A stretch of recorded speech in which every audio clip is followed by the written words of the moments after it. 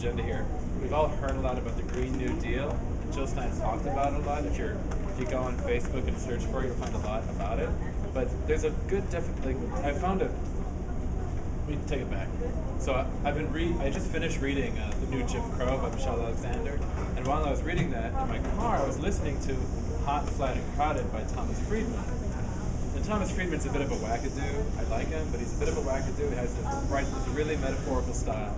But the essence of that book is we need to do a full court press for ecological justice. A full court press for ecological reformation, a revolution of ecology. And then the new Jim Crow is a full court press for racial and social justice and criminal justice reform. So I got to thinking, well, wait a second. I know of something that kind of encompasses both of these things. And I got into the Green Party ideology thinking about economic reformation and access to financial resources. I was interested for a while in real estate investment, real estate development, and I got into it and I realized how the money system works. And then I realized that 50% of people pay 50% of their money in rent, and how that money gets siphoned off to various people. I got really disgusted with it. We're here in Memphis, yeah, where people in poverty pay 45% of their income in energy costs. Yeah. Yeah. So the Green New Deal, and I got this from the actual Green Party website. It's not from Jill Stein's website, but it's a four-pronged. Hey, no worries. It's a four-pronged assault on what ails America, essentially, right? So I want to really briefly go over it with you, just so we have an idea of what we're talking about, because it's a little bit more complex. Step one is an economic bill of rights, right? And this encompasses things like the job creation aspect. In World War II, we were able to dedicate 25% of our GDP to wartime production. Why can't we dedicate that same amount to peacetime production? And so the philosophy is called waging peace, right? Which is really radical to me to think about. And I feel like when I talk to people about it, we're trying to wage peace. It makes me feel like a wussy. But it actually is, it's a really revolutionary, strong idea, because it's easy to sit back and rest on our laurels and let the system do what it's been doing. Yes. The world is wrong. We're supposed to be the big problem. We're not in the Cold War anymore. Right. Figured out all new ways. Yeah, the military-industrial complex stepped in and said, hey, you can't have this. Interesting. This line up our problem. You may want to, I posted this to the group. Within the library system, there's one copy of a book called Thinking Green by Petra Helling, who was the founder of the German Green Party. And I posted a quote to in the message board. It could have been written yesterday. I could read it to you later. So this economic bill of rights talks about, job creation. It talks about having a human right, not a civil right, but a human right to a living wage, a human right to a job, a human right to housing, and a human right to an adequate education. Not a civil right, a human right. Okay, so that's essentially pillar one. Pillar two is our green transition, right? This is where Thomas Friedman's book really hit me hard, and how he frames it in his own metaphorical style. But the goal is to make America 100% sustainable by 2030, not 75% by 2050, not 10% more by the end of my administration, but 100% sustainable by 2030, which in education, there's a lot of leadership jingo and jango, because there's a lot of market influence education. So people talk about big, hairy, audacious goals. They actually call them BHAGs. Yeah. And so the Green New Deal in this essence is a big, hairy, audacious goal. 100, but it's measurable. Are we 100% or not? It's extremely audacious, but if we dedicate the same amount of our GDP to peacetime production as we could to wartime production, I don't see why we can't do it. Germany's on their way. Right. A lot of countries around the world are doing this, and like if we don't do it, like we want to outgreen them, because that's going to be more sustainable for us, because it'll be better for our economy.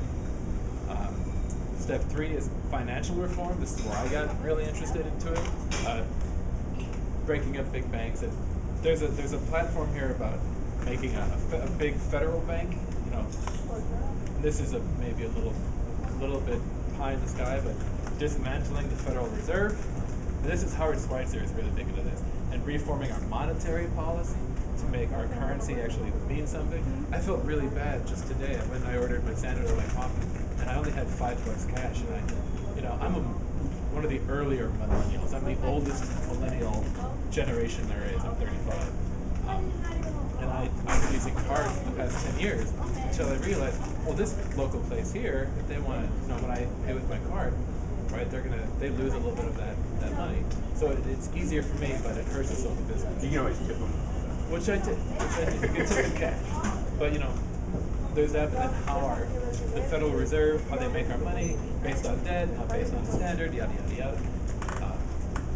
Reforming that, but also community currency is something there's some interest in. If you ever get bored and want to have a really interesting read, Ithaca Hours.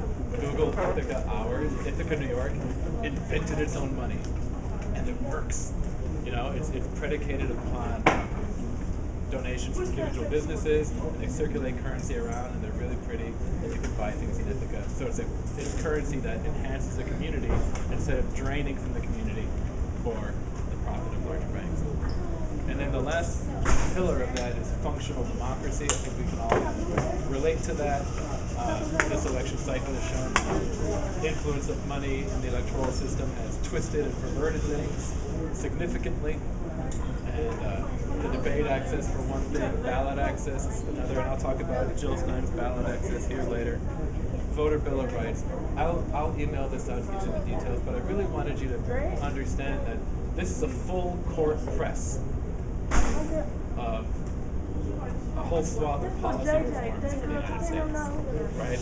Because what's the point of having a really clean environment if half the country is essentially enslaved to debt?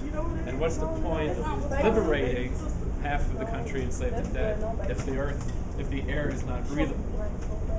So unless you approach these things holistically, you really do everyone a disservice. And the Green Party functions as this weird umbrella organization under which everything can fit. Which is why I think it's really good for us to try to partner with organizations that attack little bits and pieces of things.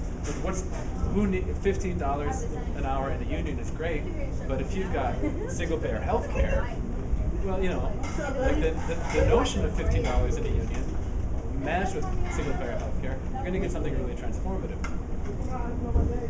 And Jill Stein was a medical doctor, and she said, well, people would come into her practice and she'd give them medicine and then send them right back out into the environment that made them sick.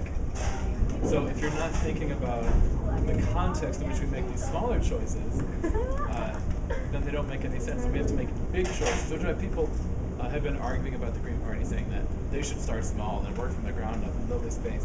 But that kind of incrementalism is going to get us nowhere. Because it's going to be like whack-a-mole. Make progress here, something else comes up here, down here. So unless we really full court press and get Jill Stein elected, I'm in this mentally. I believe she can become president. If I didn't believe that wholeheartedly, I couldn't be here. I couldn't spend my time. I couldn't spend my money. I couldn't do any of that if I didn't actually believe she could become president. So that's why I'm here, and I really hope that you look into this yourself. The flyers that we've got, there's various types of them all around, have got her agenda on the back. You go to jill2016.com/plan, and there's a lot of stuff there. So are there any questions or comments on that? I know I kind of went through it in my rambling fashion. Otherwise, I'd like an update. Carlos would show up on some canvassing efforts that he's been doing, because he's been really active in doing some